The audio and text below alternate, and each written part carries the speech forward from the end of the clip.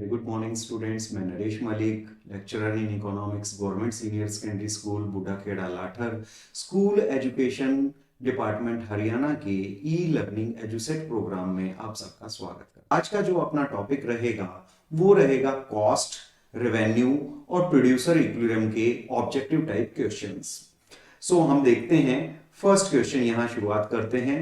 आर्थिक लागत है, ऑप्शंस हमारे पास हैं। क्या यह सामाजिक लागत है? दूसरा ऑप्शन है स्पष्ट लागत है, जिसे हम लेखांकन लागत भी कहते हैं। सी ऑप्शन है निहित लागत, जिसे हम अस्पष्ट या सन्निहित लागत भी कहते हैं। और डी ऑप्शन है स्पष्ट लागत प्लस निहित लागत। तो सामाजिक लागत है, उसको हम वैल्यूएशन नहीं कर पाते अपने अकाउंट्स फॉर्म में। जब आप टोटल रेवेन्यू और टोटल कॉस्ट लेते हैं, प्रॉफिट निकालते हैं, तो वहां पर हम जो है सामाजिक लागत को नहीं शामिल करते हैं। स्पष्ट लागत वो है जो हम किराए पे लेके आए हैं या फिर हमने कहीं बाहर से साधन खरीदे हैं, जैसे श्रमिक को हम खरीदते हैं, एक उद्यमी श्रमिक को लेता है, तो वह जो है वो स्पष्ट लागत है। निहित लागत जो है फर्म के जो स्वयं के साधन होते हैं उनका प्रयोग करने के बदले जो कीमत चुकाई जाएगी वो निहित लागत है। तो आर्थिक लागत क्या है? इन सब में जो आंसर आपका बनता है डी, यानी स्पष्ट लागत और निहित लागत का जोड़ जो है वो आर्थिक लागत है। नेक्स्ट क्वेश्चन है, औसत लागत में क्या शामिल होता है? क्या औसत लागत में सामान्य लाभ शामिल होता है, जो ऑप्शन ए है। बी ऑप्शन है असामान्य लाभ होता है, या हानि होती है, सी ऑप्शन। या डी ऑप्शन है उपरोक्त सभी। देखिए औसत लागत में क्या शामिल होता है। आपको पता है कि जब हम इस तरीके से एआर और एमआर लेते हैं पूर्ण प्रतियोगिता में, और एमसी एमआर को नीचे से काटती है, तो संतुलन जो है ई बिंदु पर होता है। यहां पर इस ई बिंदु पर अगर औसत लागत इतनी ही हो, ये एसी, तो हमारे पास जो है ई से लेकर क्यू तक जो है औसत लागत हो जाती है, ई क्यू। और एआर भी जो है ई क्यू ही है। तो ई क्यू दोनों इक्वल हैं। तो जब हम कहते हैं कि यहां पर ना लाभ है ना हानि है, तो ऐसी स्थिति कहलाती है सामान्य लाभ। ठीक है, तो सामान्य लाभ जो है औसत लागत में शामिल होता है। क्लियर? तो इसका आंसर जो है सेकंड क्वेश्चन का, औसत लागत में क्या शामिल है, तो औसत लागत में क्या शामिल है? सामान्य लाभ शामिल है। नेक्स्ट क्वेश्चन देखते हैं। सभी वक्र यू आकार की होती हैं इनमें से एक को छोड़कर। अब आप देखें एबीसी दे रखी है, तो एबीसी क्या है? यू आकार की होती है, आपको पता है। एटीसी एवरेज टोटल कॉस्ट, यानी कि औसत कुल लागत, इसे हम औसत लागत भी कह देते हैं, एसी भी लिख सकते हैं, या हम इसे एटीसी भी लिख सकते हैं। तो ये भी यू आकार की हो गई। एमसी जो है वो देखिए जो है वो भी यू आकार की हो गई। अब बारी आती है औसत स्थिर लागत। औसत स्थिर लागत क्या है? जैसे जैसे उत्पादन बढ़ता है ये हमेशा ही एक्स एक्सिस की तरफ जाती है, औसत स्थिर लागत हमेशा गिरती है। सो सभी वक्र यू आकार की होती है इनमें से एक छोड़कर। तो देखिए कौन सा छूटा? एएफसी छूटा। तो इसका आंसर जो है हमारा डी है, एएफसी। नेक्स्ट क्वेश्चन, जब जो है एमसी जो है एबीसी को काटती है, तब एबीसी क्या होती है? देखिए एमसी जब एबीसी को काटता है तब एबीसी क्या है? क्या एबीसी अधिकतम है? बी ऑप्शन क्या एबीसी न्यूनतम है? सी ऑप्शन एबीसी न्यूनतम है और एमसी और एबीसी एक दूसरे के बराबर हैं। डी ऑप्शन एबीसी बढ़ता है।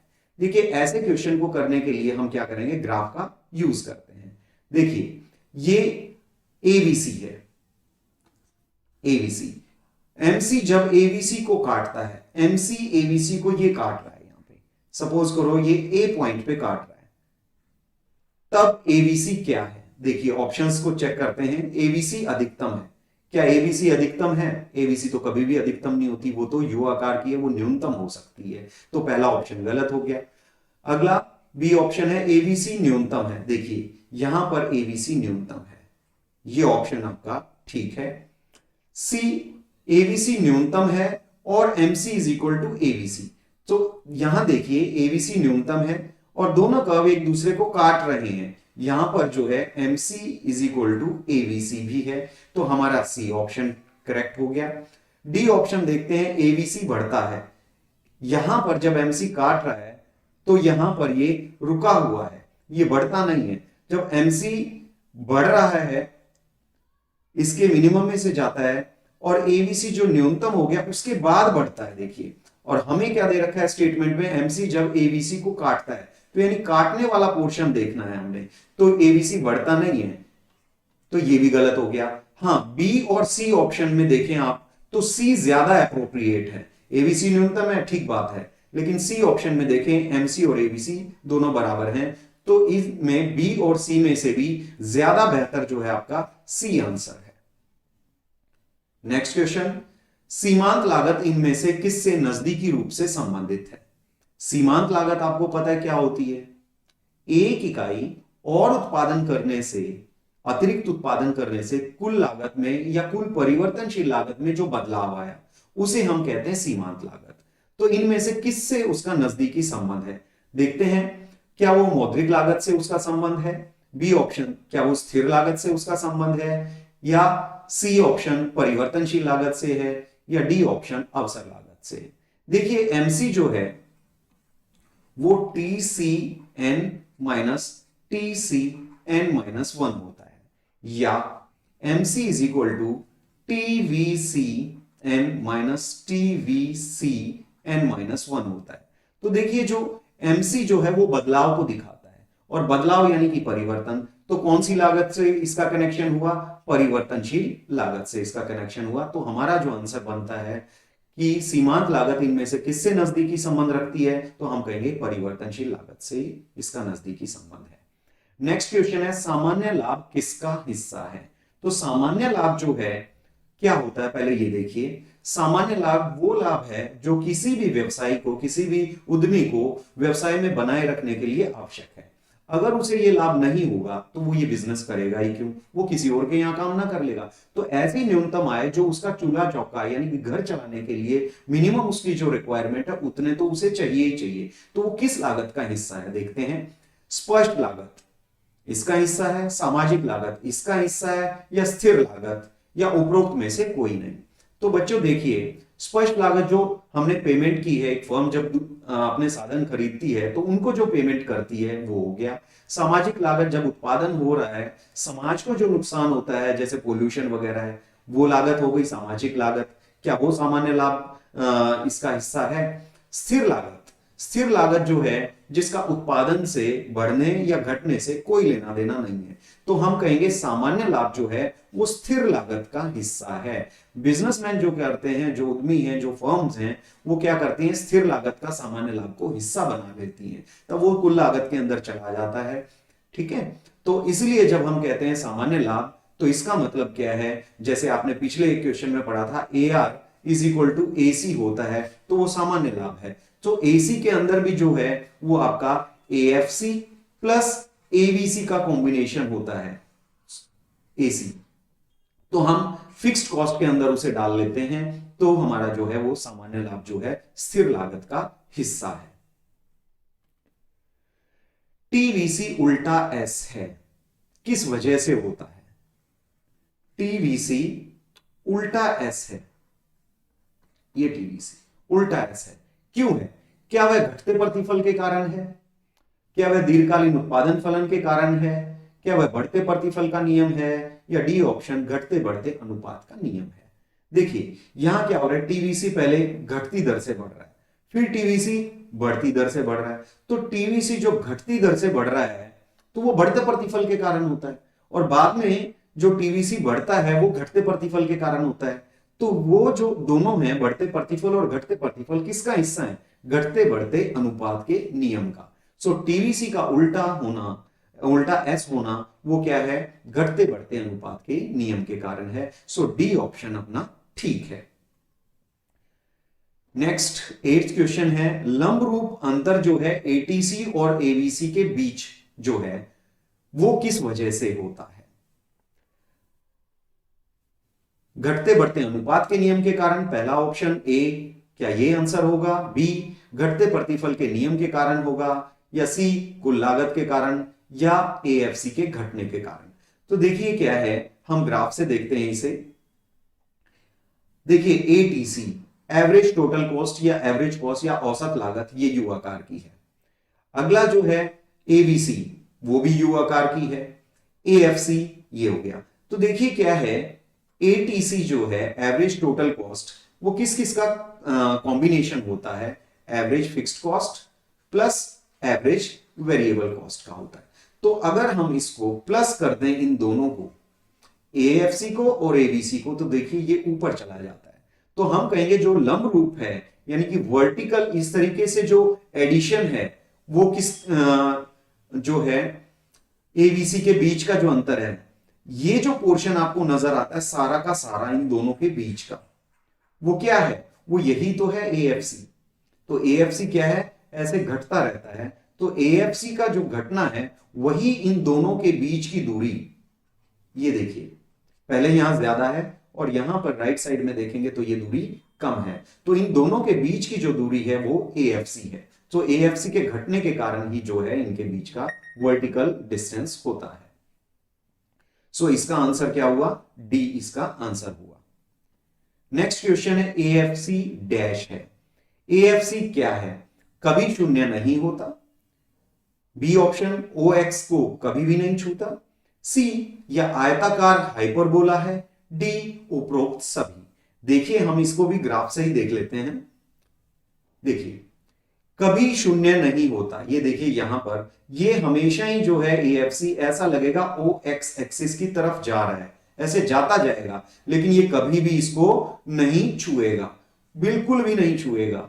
क्यों नहीं छुएगा, क्योंकि टीएफसी डिवाइडेड बाय क्यू करेंगे तो एएफसी आता है। सपोज अगर हमारा टीएफसी 10 है तो 10 को अगर 1 लाख से भी डिवाइड कर दें, 1 करोड़ से भी डिवाइड कर दें, तो भी हमारा आंसर 0.000 ऐसे लास्ट में 1 या जो भी आएगा, लेकिन 0 बिल्कुल भी नहीं आएगा। सो ये एक तो कभी भी नहीं छुएगा, सही बात है। OX को नहीं छुएगा क्योंकि OX को छू गया तो 0 हो जाएगा, तो 0 कभी भी नहीं हो पाएगा, तो ये भी सही बात है। अगला है आयताकार हाइपरबोला। देखिए क्या है, सपोज क्यू क्वांटिटी हम लेते हैं, तो यहां पर ये देखिए क्यू क्वांटिटी ले ली तो ये एक रेक्टेंगल हमारे सामने आता है। और अगर Q1 हम क्वांटिटी लें तो ये एक स्क्वायर टाइप से हमारे पास आता है ये। तो इस स्क्वायर का एरिया ए बी Q1 और O, ये area P N, that means O P N और Q इक्वल हो गया इन दोनों का एरिया O A B और Q1 के। सो ये जो दोनों, ये आयत और ये ये वर्ग और ये आयत, इन दोनों का जो एरिया है वो समान है। तो जो भी कर्व होता है उसके नीचे के अगर जितने भी पॉइंट्स हम लें, उन सब से जितने भी एरियाज निकल के आएंगे, जितने भी आयत हम बनाते जाएंगे, उन सब का एरिया बराबर होता है, तो उसे हम कहते हैं आयताकार हाइपरबोला। तो यहां पर हमारे तीनों ऑप्शन ठीक हैं, तो हमारा आंसर जो बनता है उपरोक्त सभी। अगला, एक फर्म की औसत लागत 400 रुपए है जब 4 इकाई उत्पादन है। इट मींस आप क्वांटिटी कितनी है, 4, तो उसके ऊपर जो है एसी जो है वो है 400। उसके बाद 5 इकाई हो जाती है, 5 इकाई हो गई, तो 5 इकाई उत्पादन पर औसत लागत क्या है, 420 हो जाती है, 420 हो गई। तो यहां पर हमें क्या निकालना है, सीमांत लागत निकालनी है। तो इसको हम ऐसे टेबुलर फॉर्म में डाल लेते हैं। तो वो देखिए हम टेबल के हिसाब से, यहां पर 4 इकाई थी, 4 इकाई थी, तो 400 हमारी जो है औसत लागत हमें गिवन है। 5 इकाई पे जो है औसत लागत है वो 420। आपको पता है टीसी कैसे निकलता है, क्वांटिटी को एसी से मल्टीप्लाई कर दें तो हमारे पास ये टीसी निकल के आ जाएगा। सो टीसी देखिए, 4 को 400 से मल्टीप्लाई करेंगे तो हमारा 1600 जो है वो कुल लागत यानी कि टोटल कॉस्ट निकल के आया। उसके बाद फिफ्थ जो यूनिट दे रखी है हमें आउटपुट की, उसको मल्टीप्लाई करेंगे 420 औसत लागत से, तो ये हमारा बन गया 2100। अब हमारे को क्या निकालना है, मार्जिनल कॉस्ट निकालनी है। आपको पता है मार्जिनल कॉस्ट कैसे निकलती है, टीसीएन माइनस टीसीएन माइनस 1। तो देखिए यहां पर क्या आंसर आएगा, क्या हमारा आंसर ए ऑप्शन 20 होगा, या हमारा ऑप्शन 420 होगा, या 400 होगा, या 500 होगा। अब आप देखिए इस 2100 में से 1600 लेस कर दें तो हमारा आंसर जो है 500 है। तो इसका मतलब TCN माइनस TCN माइनस 1 हमने किया, तो ये हमारा जो पांचवी इकाई पर जो सीमांत लागत आई है वो 500 है। तो हमारा आंसर जो है वो 500 रुपए बनता है मार्जिनल कॉस्ट का।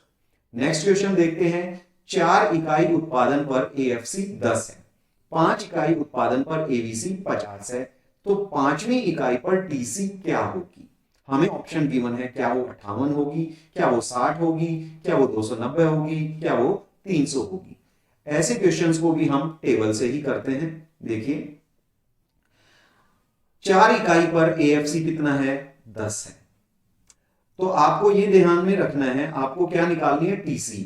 तो TC जो है TFC प्लस TVC, इन दोनों का जोड़ होता है। सो यहां पर देखें AFC 10 है, तो TFC कितना हो गया? AFC इंटू क्यू करेंगे तो TFC हमारा 40 निकल के आता है। ठीक है, 4 इंटू 10 करेंगे तो 40 हो गया। इसके बाद पांचवी इकाई पर ABC गिवन है, और एक चीज ध्यान दें, TFC एक बार जितनी भी आ गई वो हमेशा हर यूनिट पे उतनी ही रहेगी, हर उत्पादन स्तर पर उतनी रहेगी। तो एक बार जो हमारा 40 निकल के आया, तो पांचवी इकाई पर भी जो है वो 40 ही रहेगा, उसमें कोई बदलाव नहीं होगा। सो पांचवी इकाई पर ABC गिवन है 50। सो ABC को अगर क्यू से मल्टीप्लाई कर दें, तो 5 को 50 से मल्टीप्लाई कर दें तो हमारा TVC आ जाता है 250। 250 आ गया। अब 250 में आप देखें कि हमें क्या था? TFC plus TVC।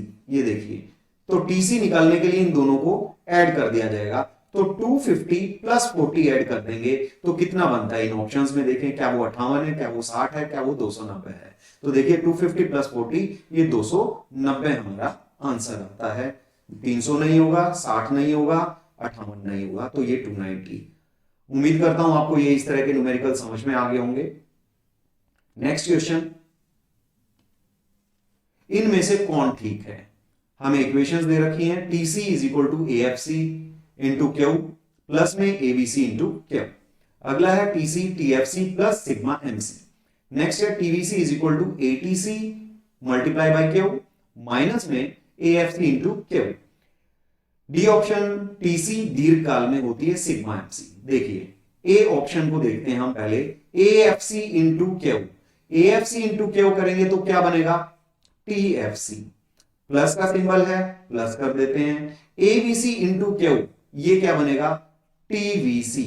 Average variable cost को अगर क्वांटिटी से मल्टीप्लाई करते हैं तो वो टोटल वेरिएबल कॉस्ट यानी कुल परिवर्तनशील लागत बनती है, और औसत स्थिर लागत को अगर क्यू से मल्टीप्लाई किया जाता है तो वो कुल स्थिर लागत बनती है। So TC is equal to TFC plus TVC। ये ऑप्शन हमारा ठीक हुआ। नेक्स्ट देखते हैं, TC is equal to TFC। ठीक है, यहां हमने स्टेटमेंट इसमें देखा था कि TFC होता है, ठीक है। सिग्मा MC, सिग्मा MC क्या होता है? TVC होता है। सो ये फिर TFC प्लस TVC बन गया, यानी सिग्मा MC करेंगे तो क्या बना? TVC। सो ये वाला ऑप्शन भी हमारा करेक्ट हो गया। A भी ठीक था, B भी ठीक है। C देखते हैं हम, TVC is equal to ATC into Q. So ATC को अगर क्यू से करेंगे मल्टीप्लाई तो वो क्या बनेगा हमारा? ATC को क्यू से मल्टीप्लाई करेंगे, सो एवरेज कॉस्ट को क्वांटिटी से करेंगे तो वो टोटल कॉस्ट निकल के आएगी हमारी। उसमें से हम माइनस कर रहे हैं AFC इंटू क्यू। AFC औसत स्थिर लागत को क्यू से मल्टीप्लाई करेंगे उत्पादन की इकाइयों से, तो वो बनेगा TFC। सो TC में से TFC लेस कर दें तो क्या बचेगा हमारे पास? आपको पता है TC जो है ऊपर पड़ा था, TFC और TVC का जोड़ है, तो उसमें से अगर TFC लेस कर दें तो हमारे पास क्या बचेगा? TVC। तो TVC जो है किसके इक्वल हो गया? TC माइनस TFC, ये आ गया। तो C ऑप्शन भी हमारा करेक्ट हो गया। डी ऑप्शन देखते हैं, दीर्घकाल में क्या है? सभी लागतें परिवर्तनशील होती हैं, कोई भी लागत स्थिर नहीं होती। तो सिग्मा MC जो हो गया वो क्या हो गया आपका? आपको पता है वो TVC होता है। अब इसमें दीर्घकाल में TFC है ही नहीं, सो ये कट गया। तो सिग्मा MC जो हो गया वो TC ही तो बन गया। सो TC क्या था? TFC और TVC का जोड़ था। तो दीर्घकाल में TVC ही TC है, TVC जो है वही TC है दीर्घकाल में। सो दीर्घकाल में सिग्मा MC करेंगे तो वो TC ही आएगा, ये भी करेक्ट होगा। तो हमारा जो ऑप्शन है इनमें से कौन ठीक है? उपरोक्त सारे ही ठीक हैं। नेक्स्ट क्वेश्चन है, कुल आगम कैसा होता है जब एमआर बढ़ रहा है? इट मींस टीआर बताना है कि वो किस तरीके से बदलता है। टोटल रेवेन्यू, कुल आगम कैसा होता है जब एमआर बढ़ रहा है? इसको हम डायग्रामेटिकली देखेंगे।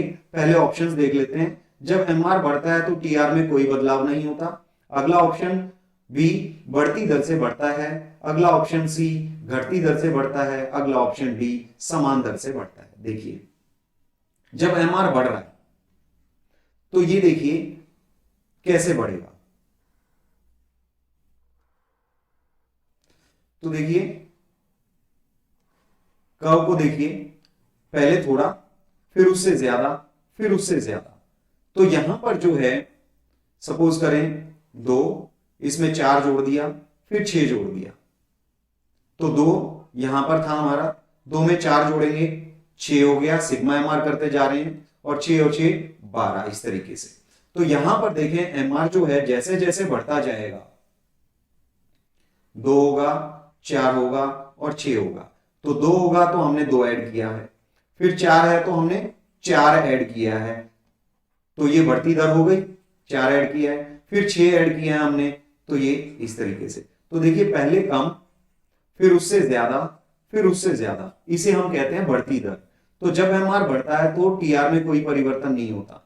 नहीं हो रहा है यहां पे परिवर्तन, बढ़ती दर से बढ़ रहा है। बिल्कुल सही बात है, ये बढ़ती दर से बढ़ रहा है। घटती दर से बढ़ रहा है नहीं, अगर घटती दर होती तो ये इस तरीके से डिजाइन बनता टीआर का, जबकि ये क्या है, बढ़ती दर से है तो इस फॉर्म में है ये टीआर। ठीक है, समान दर से होता तो ये स्ट्रेट लाइन बढ़ रहा होता टीआर। तो यहां पर हमारा केवल एक ही ऑप्शन बनता है, बी, बढ़ती दर से बढ़ता है। नेक्स्ट क्वेश्चन देखते हैं, आगम का कौन सा रूप कीमत के समान होता है? आगम का कौन सा रूप कीमत के समान होता है? अलग अलग रूप दे रखे हैं। ए ऑप्शन में है औसत आगम, जिसे हम कहते हैं एवरेज रेवेन्यू। बी ऑप्शन है सीमांत आगम, मार्जिनल रेवेन्यू। सी ऑप्शन है कुल आगम, टोटल रेवेन्यू, या सारे के सारे, उपरोक्त सभी। देखिए हम टीआर कैसे निकालते हैं? टीआर निकालते हैं प्राइस गुणा क्वांटिटी करके। और टीआर निकालने का क्या तरीका है? एआर गुणा क्यू करके। क्योंकि औसत आगम कैसे निकालता है? औसत आगम निकलता है टीआर बाय क्यू करके। तो क्यू वापस एआर से मल्टीप्लाई हो जाएगा तो टीआर आ जाएगा। इट मींस आपका आंसर जो है पी इंटू क्यू करेंगे तब भी वही आएगा, और एआर इंटू क्यू करेंगे तब भी वही आएगा। तो it means P into Q is equal to AR into Q. So Q से ये क्यू कैंसिल हो गया, तो बचा क्या? P is equal to AR. तो कौन सा रूप हुआ आगम का जो कीमत के बराबर है? वो हुआ औसत आगम, ये ए। नेक्स्ट क्वेश्चन, जब औसत आगम बढ़ता है तो सीमांत आगम, जब एआर बढ़ रहा है तो सीमांत आगम कैसा होगा? औसत आगम से कम होगा, औसत आगम से अधिक होगा, औसत आगम के बराबर होगा, या इनमें से कोई नहीं होगा? देखते हैं ग्राफ से। ये देखिए, जब एआर बढ़ रहा है यानी कि प्राइस बढ़ रही है, अभी हमने पिछले क्वेश्चन में देखा था एआर ही जो होता है वो प्राइस होता है। जब प्राइस बढ़ रहा है तो सीमांत आगम भी बढ़ रही है। तो इसमें देखिए, जब औसत आगम बढ़ता है तो सीमांत आगम क्या है? सीमांत आगम इससे जल्दी बढ़ रहा है और इससे ऊपर होता है। देखिए औसत आगम से कम है नहीं, ये तो ऊपर है, क्योंकि काउंटिंग 0 1 2 3 ऐसे बढ़ती है, तो एमआर ऊपर है, तो ए ऑप्शन नहीं हुआ। औसत आगम से अधिक होता है, बिल्कुल औसत आगम से अधिक है, ये ऊपर है, ये अधिक है, तो ये ऑप्शन हमारा बनता है। औसत आगम के बराबर है नहीं, बराबर होता है जब A R is equal to M R. ये तब होता है जब कीमत स्थिर हो, यहां कीमत बढ़ रही है, तो बी ऑप्शन हमारा करेक्ट है। इनमें से कोई नहीं है, इनमें से बी है, तो बी ऑप्शन हमारा सही हुआ। नेक्स्ट, 5 इकाई बिक्री पर कुल आगम 100 रुपए है। 5 इकाइयां बेची तो 100 रुपए कमाई हुई। 6 इकाई बेची तो सीमांत आगम 80 रुपए है। तो किस कीमत पर 6 इकाई की बिक्री होगी? देखिए हमें क्या गिवन है स्टेटमेंट में? हमें टीआर गिवन है, हमें नेक्स्ट यूनिट पे एमआर भी गिवन है, उसके बाद हमें किस कीमत पर 6 इकाई की बिक्री हुई, हमें प्राइस निकालना है। और हमारे पास ऑप्शन है, क्या वो 100 होगा, क्या वो 80 होगा, क्या वो 30 होगा, क्या वो 20 होगा। देखिए इसको हम टेबल फॉर्म में देखते हैं।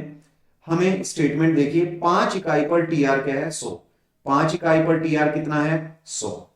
फर्स्ट हमारे पास जो इंफॉर्मेशन थी वो पूरी हो गई। 6 इकाई बिक्री पर सीमांत आगम है 80, तो 6 इकाई पर सीमांत आगम कितना दे रखा है हमें 80 दे रखा है, तो 2 हमारे पास स्टेटमेंट हो गई। तीसरा आपसे पूछा गया किस कीमत पर 6 इकाई की बिक्री होगी, प्राइस पूछा गया है और वो भी 6 यूनिट पर। तो देखिए 6 यूनिट पर प्राइस कैसे निकलेगा। अभी हमने पिछले क्वेश्चन में क्या पढ़ा था कि प्राइस ही जो है वो AR होता है, और AR कैसे निकलता है TR बाय Q करके निकलता है। तो हमें यहां पर TR नहीं पता, 6 यूनिट पे हमारे पास TR नहीं है, तो TR कैसे बनाए। तो देखिए 5th यूनिट पे TR कितना है 100 और 6th यूनिट पे MR कितना है 80, तो 100 में आप क्या करें 80 प्लस कर देंगे, 100 में कितना कर देंगे 80 प्लस कर देंगे। तो ऐसे करते ही ये सिग्मा MR वाला फॉर्मूला हम बनाएंगे, तो ये बन गया 180। तो 180 डिवाइडेड बाय 6 करें तो हमारे पास क्या आएगा 30 आंसर आता है।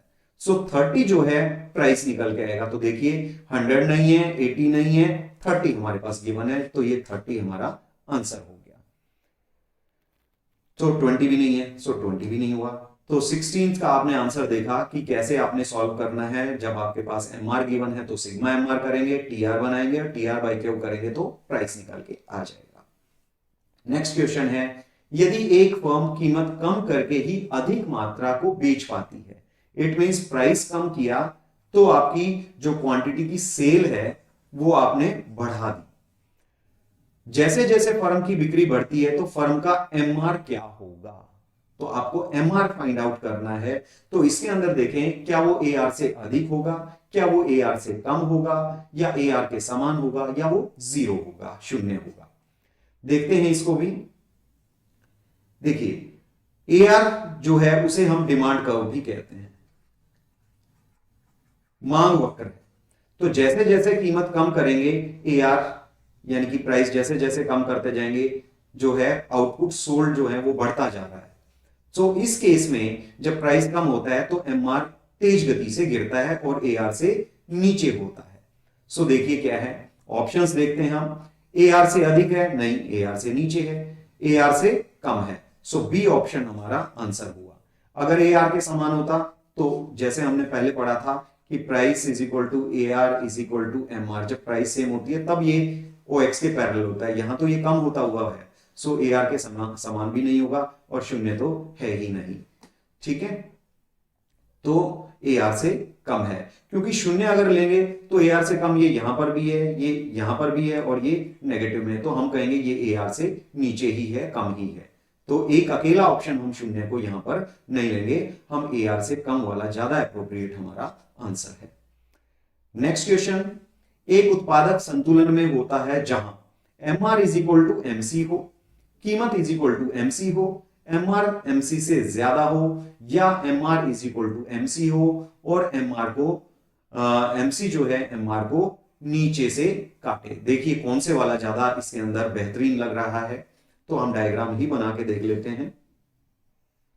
सपोज ये AR is equal to MR है और MC U शेप का होता है, आपको पता है। सो देखिए MR is equal to MC, ये जो A ऑप्शन हमें गिवन है वो यहां पर भी है, A पॉइंट पे भी है और E पॉइंट पे भी है।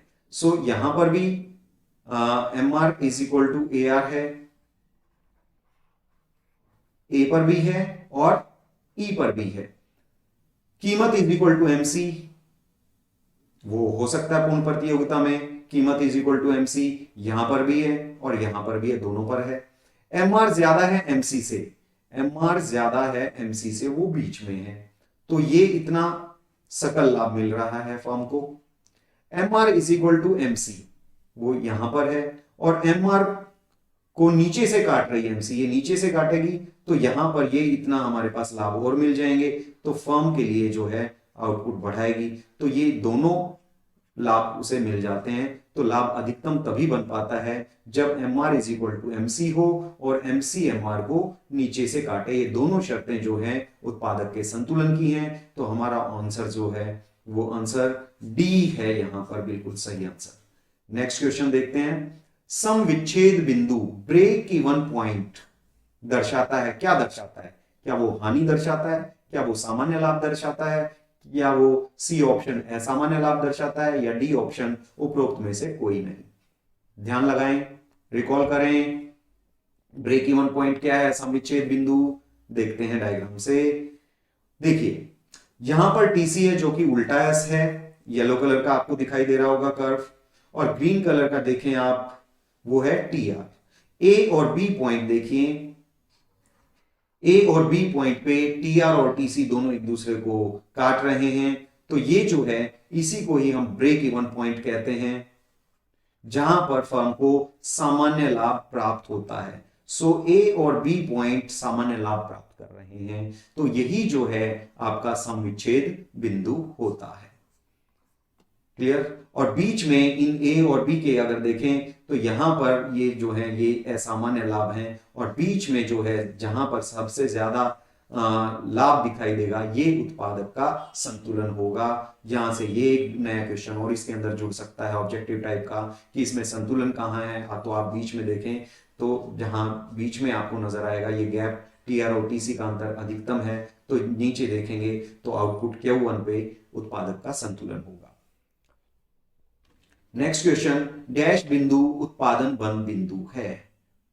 ए पॉइंट है, क्या ये उत्पादन बिंदु होगा? बी क्या ये होगा? सी क्या ये होगा? सो ऑप्शन हमारे ए बी सी, और डी ऑप्शन में इनमें से कोई नहीं। तो देखिए उत्पादन बंद बिंदु क्या होता है? उत्पादन बंद बिंदु वो है जहां फर्म की जो है T R is equal to TVC हो, या फिर इस डायग्राम में देखें तो टी आर आपको गिवन नहीं है, so A R is equal to ABC होना चाहिए। तो फर्म का जो है वो उत्पादन बंद बिंदु है। अगर फर्म को एवीसी भी नहीं मिल रही होगी तो फर्म जो है अपना उत्पादन बंद कर देगी, क्योंकि स्थिर लागत की वो हानि उत्पादन बंद करने के बाद भी उठा सकती है, लेकिन फर्म चलाएगी तो उसे परिवर्तनशील लागत जरूर मिलनी चाहिए। तो जो ये एवीसी और जो बी पॉइंट आप देख रहे हैं, ये यहां पर जो देखें A R is equal to A B C है, ये जो है फर्म का अलार्मिंग पॉइंट हो गया कि फर्म अपने अंदर सुधार कर लेनी तो उसको बंद करने की नौबत आ जाएगी। तो ये उसका उत्पादन बंद बिंदु है। सो हमारे पास बी ऑप्शन जो है, जो बी पॉइंट है, ये हमारा जो है उत्पादन बंद बिंदु है।